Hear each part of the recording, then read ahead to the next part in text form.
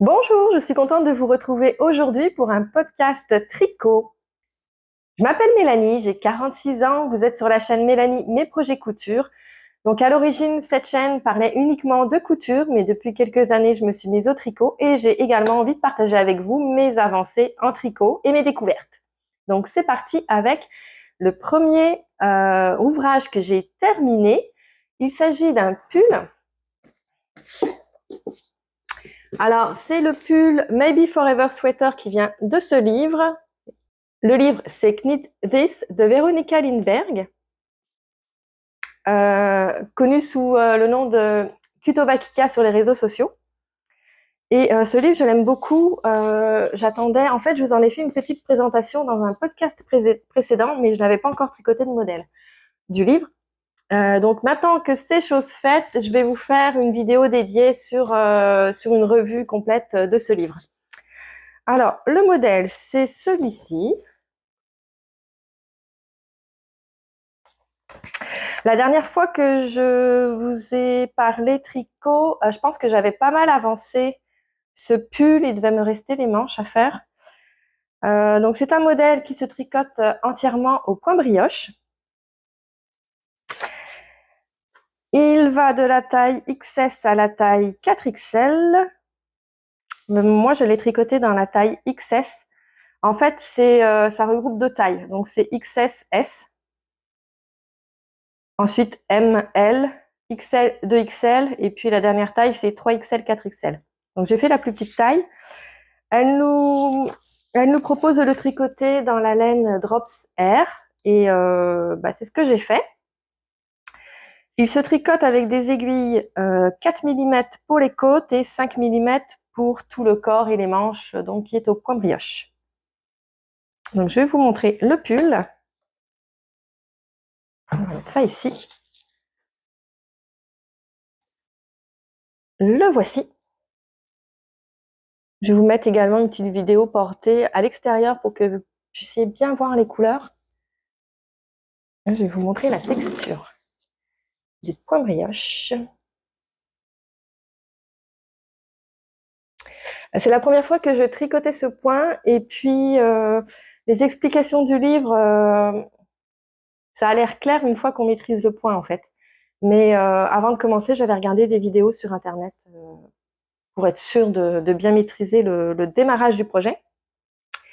Donc on commence ici avec un col qui est replié sur lui-même, en côte 1-1, semi-torse. Ensuite, on passe au point brioche, jusqu'à la fin en fait. On fait des raglans ici qui sont en jersey.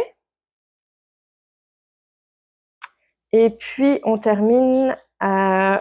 Est-ce qu'on fait des augmentations sur le corps? Je ne sais plus. Je vais vérifier. Non, on fait des diminutions avant d'arriver aux côtes.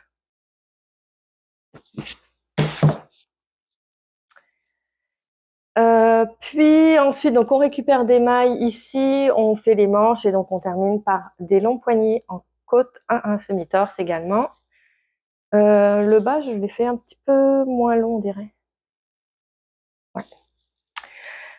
Au début, j'arrêtais pas de me tromper dans le point brioche et puis j'ai défait, hein, j'ai défait, j'ai refait. Et puis au bout d'un moment, là, fallait que j'arrête de changer de projet. Donc je me suis concentrée sur ce projet-ci et le point brioche, ça allait tout seul. Donc dans le livre, on a des explications également pour faire les diminutions, les augmentations, je ne crois pas, mais on a les explications pour faire les diminutions à droite, les diminutions à gauche. C'est vraiment très très bien expliqué. Donc ça, j'ai même pas eu besoin d'aller voir sur YouTube des vidéos. C'était vraiment très clair. Puis j'ai fait des poils de chien. Et donc j'ai fait les manches un petit peu plus courtes puisque j'ai déjà tricoté un pull de cette designeuse dans la laine Drops également. Et puis les manches se sont avérées vraiment trop longues après le blocage. Donc je les ai faites un petit peu plus courtes et je me suis dit au blocage, je vais les étirer un petit peu. Au final, c'est un peu juste, mais j'ai tendance à les remonter à les remonter comme ça, donc ben, ça va en fait. Puis je me dis qu'avec le temps, puis après quelques lavages, peut-être que ça va s'allonger. La laine, c'est la Drops Air, je vous disais. Est-ce que j'ai l'étiquette quelque part? Je pense que j'avais tout préparé. Donc c'est celle-ci, le coloris 51 rose désert. Et en fait, je n'aurais pas pu faire les manches plus longues puisque j'ai acheté la quantité de laine nécessaire qui était de 6 pelotes. Donc j'avais 6 pelotes et il m'en reste genre non un peu plus que ça là, mais en tout cas j'ai eu peur d'avoir pas assez de laine. Ça m'est déjà arrivé dans un projet, je vous en ai parlé la dernière fois là, et j'avais vraiment pas envie que ça recommence. Donc de toute façon, je n'aurais pas pu faire les manches plus longues. Donc j'ai pris quelques notes. Alors ce pull m'a pris environ 45 heures de tricot. Et j'ai fait une modification au niveau des manches. Les diminutions étaient sur un nombre... en fait, le point brioche, il se tricote une fois avec... on tricote à l'endroit, une maille sur deux, puis on glisse la deuxième maille. Et le tour suivant, on tricote les mailles glissées précédemment à l'envers. Donc on a comme un tour à l'endroit, un tour à l'envers. Et là, on se retrouvait avec des diminutions à tous les 11 rangs, je crois, dans le livre. Donc ça nous faisait faire des diminutions sur des rangs en vert. Et là, je trouvais que c'était un petit peu compliqué puisque ces explications pour les diminutions du point brioche sont toutes sur des rangs en droit. Donc j'ai fait toutes mes diminutions sur des rangs en droit, donc ça tombait à tous les 10 rangs. C'est la seule modification que j'ai faite. Et puis ben voilà, donc mon projet, très satisfaite, très contente de ce pull, puis je l'ai déjà porté plusieurs fois, il tient vraiment chaud. Ah oui, je vous ai montré, hein, j'ai mis une petite étiquette. La petite étiquette ici. Parce que sinon, moi, dans ce genre de pull, je sais jamais où est le devant et le dos. Je pense qu'on faisait des rangs raccourcis aussi. Je vais vérifier, ça fait un petit moment que je l'ai fini. Non. Non, il n'y a pas de rang raccourci dans ce modèle. Donc vraiment très très contente. De toute façon, c'est une designeuse que j'aime vraiment beaucoup. C'est pas la première fois que je tricote un de ses designs. Les explications sont toujours très claires et puis j'aime son style. J'aime beaucoup ce pull, il est tout moelleux.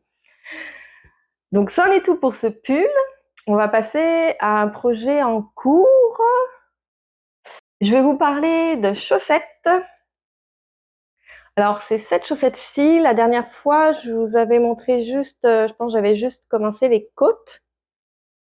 On voit pas bien. Là, ouais. Alors, ce modèle, il vient de la box qui s'appelle le Club Tricot de Bas Mystère de Len Biscotte. Donc, c'est à tous les 2 mois, on reçoit un patron exclusif de chaussettes et on reçoit avec la laine teinte à la main, donc de Len Biscotte, pour faire le modèle. Donc ça, c'était la première box que je recevais, celle du mois de mars, et donc j'ai reçu cette laine-ci. On voit quand même bien la couleur, là, mieux que la dernière fois. Et donc celle-ci, c'est... Où est mon étiquette? C'est la Bis Sock de Len Biscotte. Donc ça, c'est l'étiquette. En fait, les deux. Donc ça, c'était un écheveau de 100 grammes. Celui-ci, un écheveau de 50 grammes. Donc celui-ci, c'est Bis Sock de Len Biscotte. Et celui-ci, c'est Bis Sock de Patrick Nitz. C'est 85% mérino infeutrable et 15% nylon. C'était mes premières laines de teinturière que je recevais. J'étais vraiment waouh, et super contente. C'est vraiment doux, c'est vraiment la qualité. On sent vraiment la différence avec les laines commerciales. Donc le patron, lui, donc il n'est pas disponible sur Ravelry puisque c'est un patron exclusif pour la box. Mais je pense que bon, après un certain temps, il est rendu disponible à la vente ou même gratuit peut-être, je ne sais pas trop. Le modèle, c'est le Garter Vines Socks. Donc c'est celui-ci. On a ici donc les côtes, on a quelques rangs de points mousse. Je vais vous le montrer sur ma chaussette, on verra mieux. De la dentelle, un talon renforcé à gousset, la dentelle qui se continue tout du long et la pointe. Et on a une chaussette droite, une chaussette gauche. Donc la dentelle se trouve d'un côté vers la droite, de l'autre côté vers la gauche, donc toujours vers l'extérieur. Mais ma chaussette n'est pas bloquée encore. Donc, comme je vous disais, on a des côtes de 2, poids mousse, on a la dentelle ici, le talon renforcé à gousset. C'est la première fois que je réalisais ce genre de talon. Ça s'est très bien passé. Et la dentelle continue jusqu'aux orteils. Donc cette chaussette, ça m'a pris 11 heures à la tricoter. Et puis, le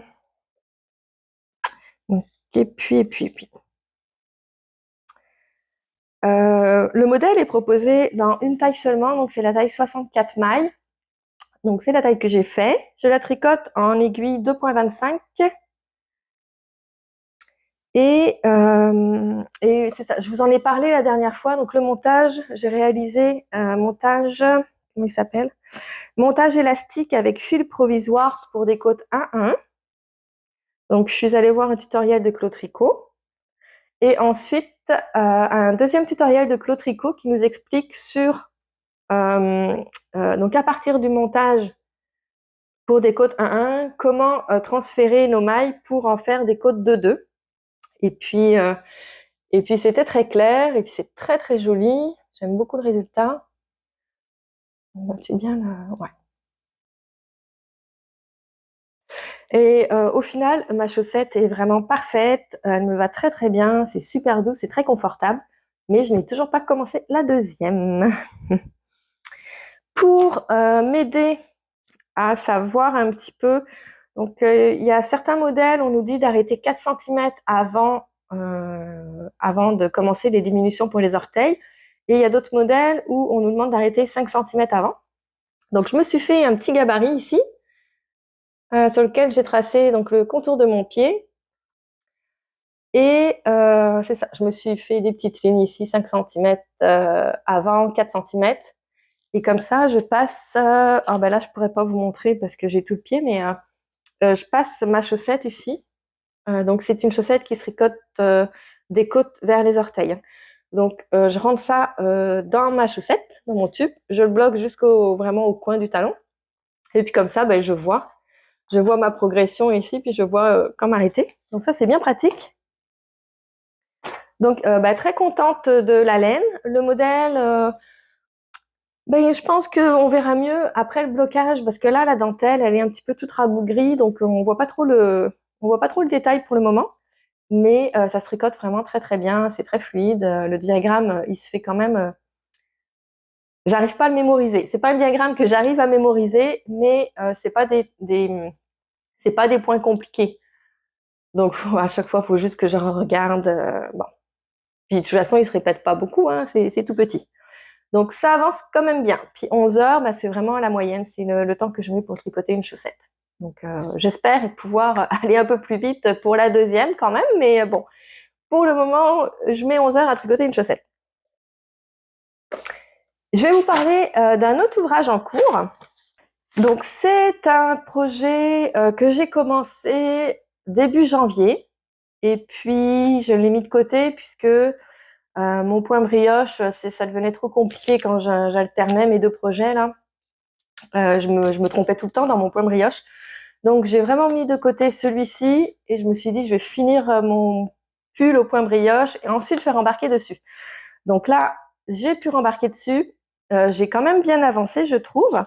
Il s'agit du pull Salty Days Sweater de Kutova Kika, donc Véronica Lindberg. Je vous disais tantôt, hein, j'aime beaucoup cette designeuse. J'aime beaucoup les modèles qu'elle propose.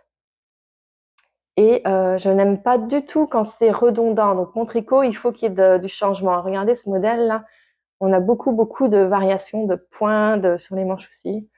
Donc, c'est vrai qu'il avance quand même bien. Donc, ce patron est disponible sur Ravelry. Il se tricote avec des aiguilles 5 mm. Donc, elle nous propose de le tricoter avec un fil de mérino et un fil de mohair. De mon côté, ouais, les tailles. Il est proposé de la taille XS à la taille 5XL. Et moi, je le tricote en taille M. Alors, je le tricote en taille M puisque j'ai décidé de le tricoter avec seulement un fil de mérino. C'est une grosseur DK, je crois. Ouais, DK ou worsted. Moi, c'est du DK. Donc, j'ai pris la laine qu'elle utilise dans son patron. Donc, c'est la Double Sunday de Sandnes Garn. Vois-tu bien? Ouais. C'est le coloris off-white, je crois, ou blanc. Le numéro, c'est 1001. C'est du 100% mérino. Le coloris, je l'ai noté ici.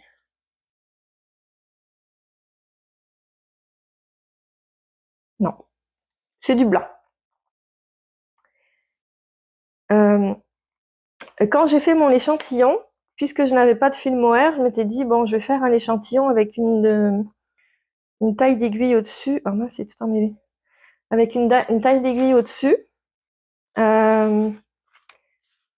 Et c'était trop déjaugé. Donc, j'ai décidé de garder l'aiguille de 5 mm, mais de faire la taille au-dessus de ce que je prends d'habitude, puisque j'avais peur, c'était un petit peu plus petit en fait, puisque je n'avais qu'un fil au lieu d'un fil de mohair plus le fil de DK. J'espère que ça va aller, j'espère qu'il ne sera pas trop grand, ni trop petit d'ailleurs. Et donc, la dernière fois que je vous avais vu, j'avais juste commencé l'empiècement du dos. Et là, je suis rendue, pas que je perde rien. Hop, ici. Alors, j'ai quand même pas mal avancé, je trouve, sachant que je tricote pas tous les jours non plus. La dernière fois, j'avais fait ici l'empiècement et en fait, il se tricote à plat. Donc, on fait des diminutions. Ici, on tricote un genre de trapèze. Ensuite, on vient relever des mailles ici de chaque côté. Donc, on les fait vraiment séparément, hein. D'abord, cette partie-là, on relève des mailles, puis on vient faire la partie ici avant, jusque là. On fait la même chose de l'autre côté, on relève les mailles ici, on vient tricoter cette partie ici en avant. Donc, ça nous permet ici de former l'encolure et de former l'emmanchure. Tout ça à plat. Ensuite, on vient rejoindre les deux côtés devant. On monte ici les mailles.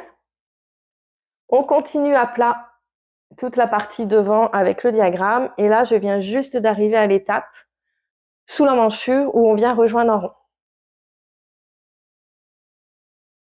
Donc là, c'est attaché les deux côtés. Et là, je vais pouvoir tricoter en rond et je suis rendue à un diagramme où est-ce qu'on a des torsades. Torsade, j'aime pas trop ça. J'en ai fait une fois, puis je trouve ça difficile. Écoutez, j'aime les défis, je viens de le dire, donc ça devrait bien aller.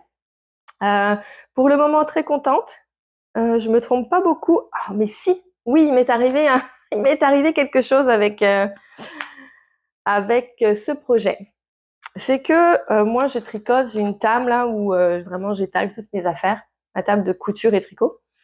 Donc là, j'avais mes projets de chaussettes et j'avais mon projet de pull ici, sur la table. Et j'étais à la fin de ma pelote.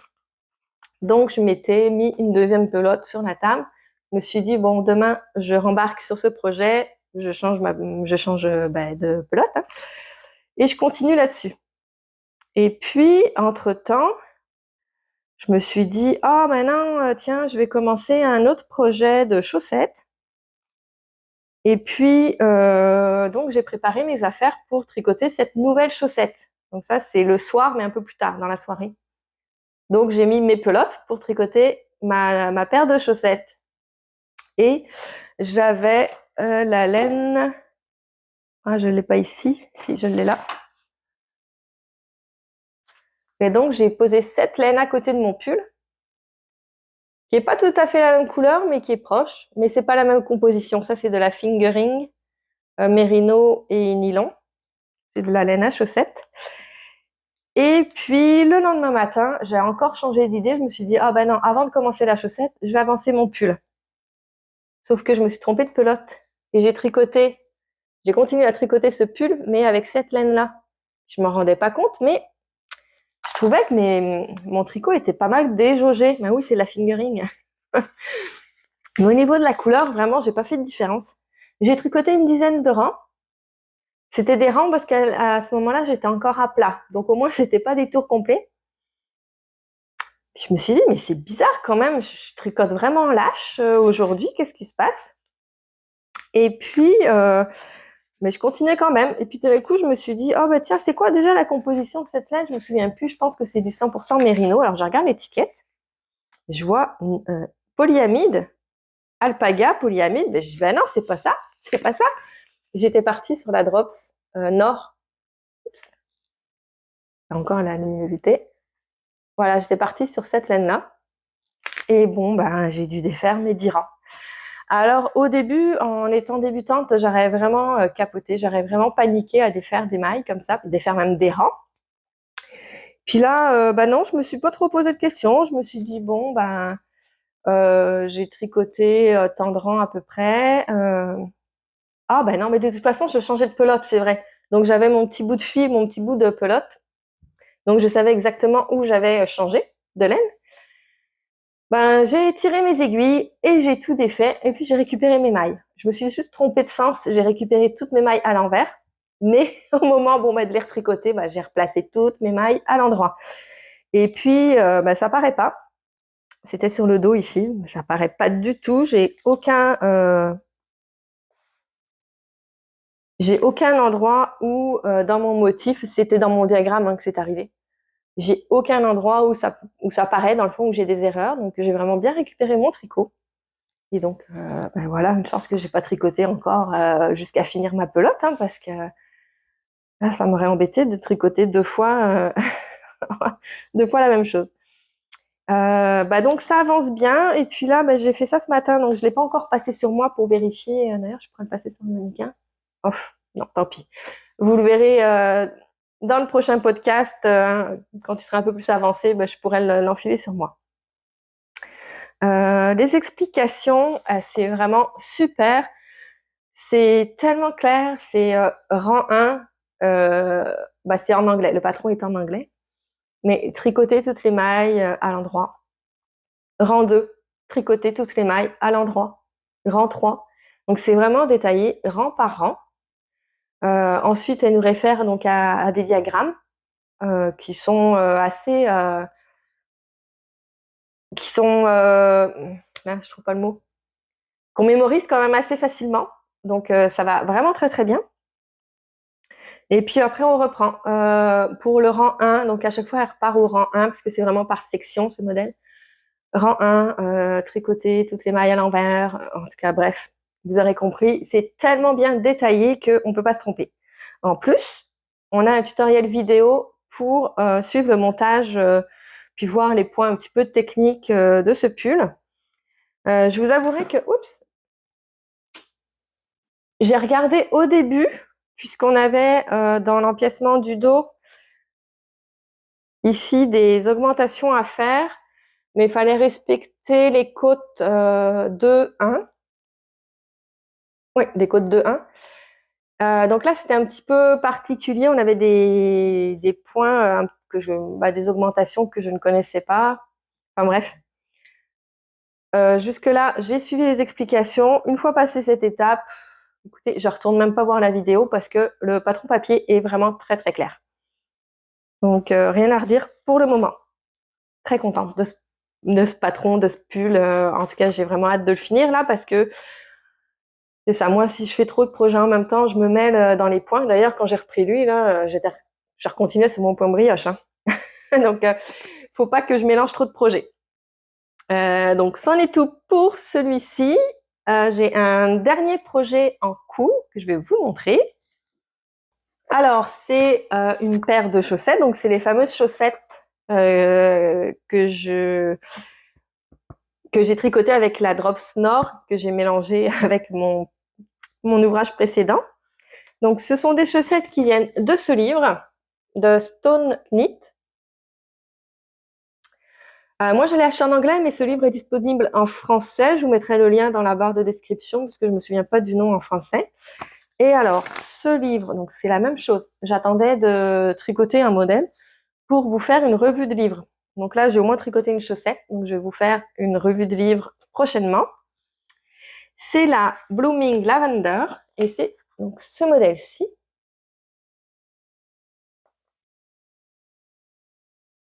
Alors, c'est la première fois que je tricote un modèle de cette designer, de cette designeuse.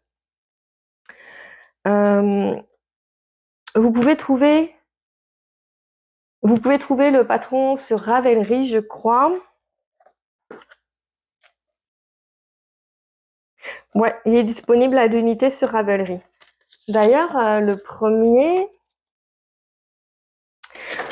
pull que je vous ai montré au tout début, le Maybe Forever Sweater, il est disponible également à l'unité, donc sans acheter le livre.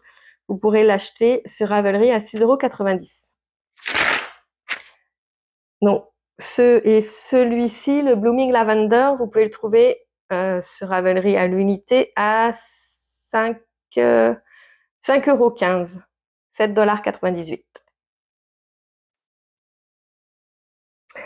$. Donc, je vous montre la chaussette. Alors, elle est en jacquard.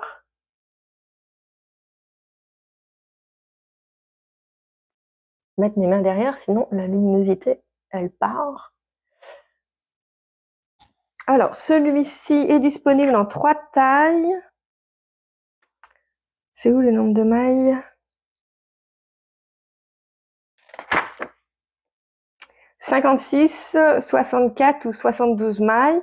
Je réalise la taille 2, donc 64 mailles. Je la tricote avec des aiguilles 2,25 pour tout ce qui est jersey. Les côtes 2,25 aussi. Et pour le jacquard, elle nous dit de prendre des aiguilles 2,5. C'est ce que j'ai fait aussi. Alors,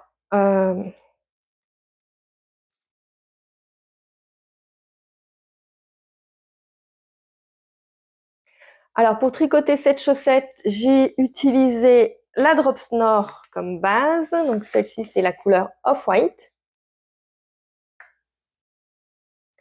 Composition, donc 45% alpaga, 30% polyamide, 25% laine. Pour le jacquard,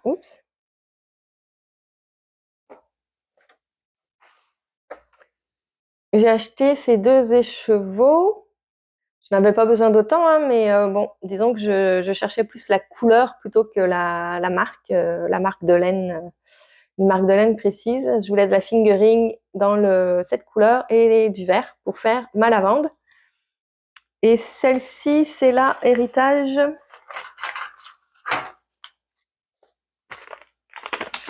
de Cascade Yarns. On a la composition écrit quelque part, ouais. 75% Merino Superwash et 25% nylon. J'ai la couleur Sage, qui doit être sauge en français, j'imagine. Et de Dusky Orchid pour celui-ci.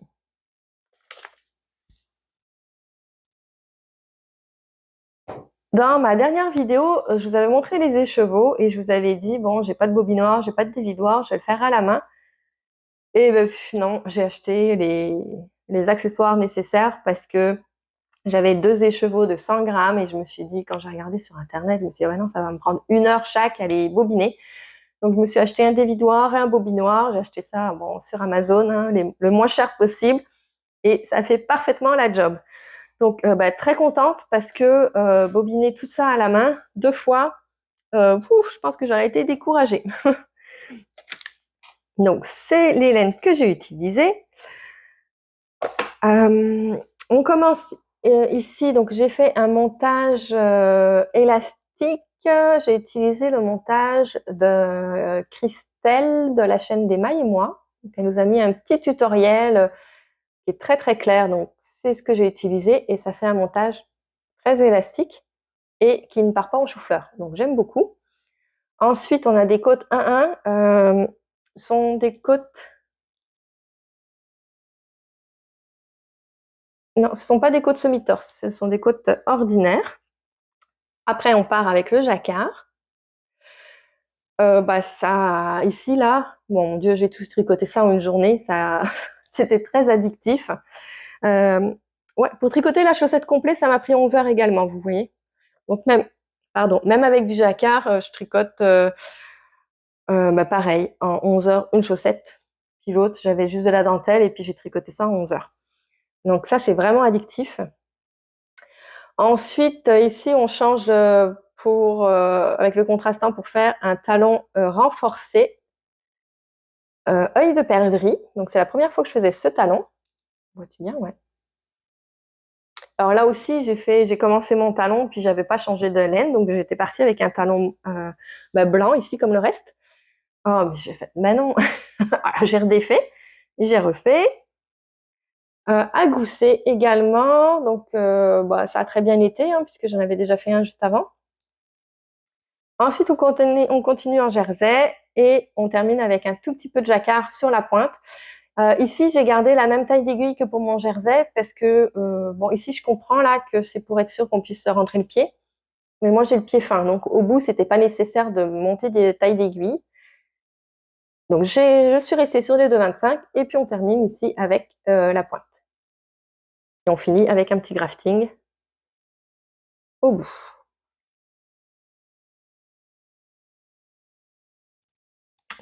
Donc j'ai utilisé mon petit gabarit de pied pour bien mesurer la longueur parce que là c'est ça, il fallait bien savoir où s'arrêter parce que c'était pas juste les orteils, hein. Il fallait calculer ici quelques mailles pour le petit jacquard. Donc il fallait s'arrêter un petit peu avant. Et puis bah, la longueur est parfaite, je rentre mon pied dedans, il n'y a pas de problème. Donc je vais pouvoir faire ma deuxième. Mais là encore, je n'ai pas commencé. Je n'ai pas commencé parce que je sais pas, on dirait que j'ai beaucoup de motivation pour faire la première chaussette, pour découvrir de nouvelles méthodes, enfin, ouais, un nouveau modèle. Et puis une fois qu'il est découvert, que j'ai tricoté ma chaussette, bah là je suis un petit peu moins emballée pour faire la deuxième. Mais bah, c'est dommage parce que là j'ai une paire de chaussettes mais que je peux pas mettre parce qu'elles vont pas du tout ensemble. Alors bon, faut que je me motive un petit peu. Dans le fond, c'est juste partir la chaussette. Une fois que j'aurai commencé les côtes, je sais que ça va se faire très très vite, hein, mais c'est vraiment la partir. Donc elle n'est pas bloquée encore, elle non plus. Je vais les bloquer les deux ensemble quand elles seront terminées. C'en est tout pour ce projet en cours.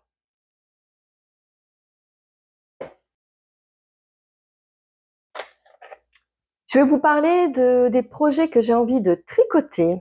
Alors, le premier, il s'appelle la blouse maude de Fable Knitwear. Il coûte 6,64 € sur Ravelry ou 9,77 $. Pour ce modèle, il nous faut 2 fils tenus ensemble de mohair et soie. Et il se tricote en aiguille 3 mm et 3,5 mm. Donc 3 mm, j'imagine que c'est pour les côtes, 3,5 pour le corps. Et donc j'ai jamais tricoté de modèle de cette designeuse, mais vraiment j'adore son design. J'ai vraiment hâte de commencer ce petit haut. Mais c'est ça, c'était au niveau de la laine, j'étais un petit peu réticente parce que laine mohair et soie, c'est pas donné. La laine, en plus, au Québec, j'ai l'impression qu'elle est encore plus chère qu'en France. Donc, ce que j'ai fait, c'est que j'ai acheté de la laine à teindre. Donc, c'est de la mohair et soie. 70% kid mohair, 30% soie. Ce sont des écheveaux de 50 grammes et on a 429 mètres. Je vais me défaire. Donc, j'en ai acheté 3.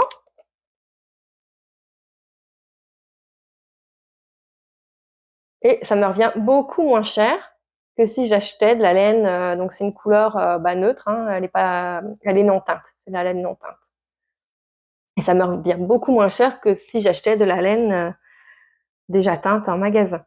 Donc, je me suis dit, ok, let's go, on va la faire. De toute façon, je voulais la faire dans la même couleur qui est présentée sur Ravelry. Couleur naturelle, là, j'aime beaucoup. Donc, je vais quand même laver mes écheveaux, juste pour être sûre, puisque c'est de la laine à teindre. Alors, je ne sais pas si elle est vraiment apprêtée ou si, d'habitude, on laisse tremper quand même nos écheveaux avant de les teindre. Donc, je vais la laisser tremper avec un petit peu de savon pour être sûre. Comme ça, elle va être lavée, prête à bobiner. Et puis, je vais pouvoir embarquer sur ce projet. Donc, ça va être mon prochain projet. Et, oui, ma petite puce. Salut, cocotte. Et un autre projet que je vais vous parler, je vais aller chercher ma laine. Ce sera pas long.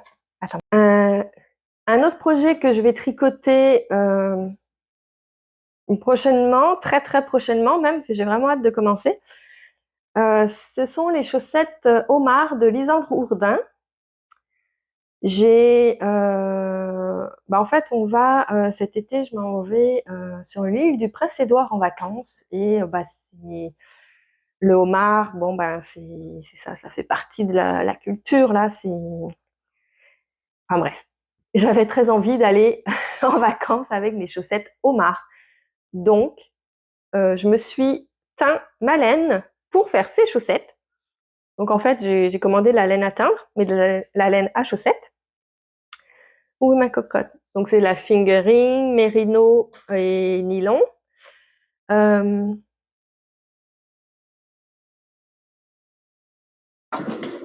Attends plus. Alors, les chevaux de 100 grammes, en fait, c'est 110 grammes. J'ai 382 mètres. C'est la 80% mérino superwash, 20% nylon. Et le petit ici, c'est 70% mérino superwash, 20% bambou, 10% nylon, 25 grammes pour 93 mètres. Donc, j'ai fait un petit mélange de teinture. Donc, j'ai acheté la teinture à l'acide Ashford. J'ai fait mon petit mélange pour obtenir ce rouge ici. On voit pas mal la couleur, mais je vous mettrai une petite vidéo prise à l'extérieur. Vous verrez mieux, je pense. Ouais, parce que ça change un petit peu la couleur. Donc, j'ai fait cet écheveau et celui-ci pour la mer, l'océan. Alors, j'ai mis du bleu, du turquoise et du vert. Et je vais l'associer avec la Drops Nord. Oh, je vais vous montrer ça comme ça.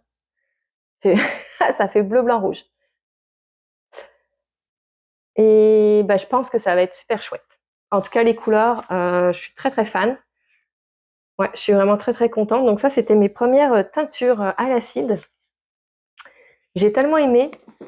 J'en ai fait d'autres, mais je vous les montrerai une autre fois. J'ai tellement aimé que j'ai refait de la teinture ce week-end. Et je suis vraiment rendue addict à la teinture de laine.